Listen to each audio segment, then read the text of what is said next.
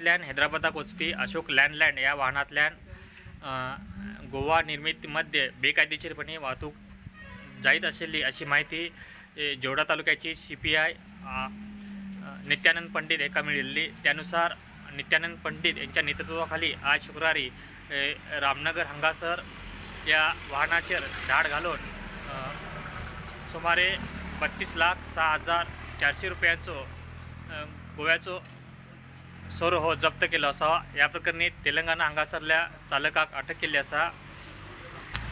Ashok land वाहनात मध्ये दारूचे बॉक्स आणि कडेन हे पार्लेजी बिस्किटांचे बॉक्स घालून ही दारूची वाहतूक केली जात असलेली।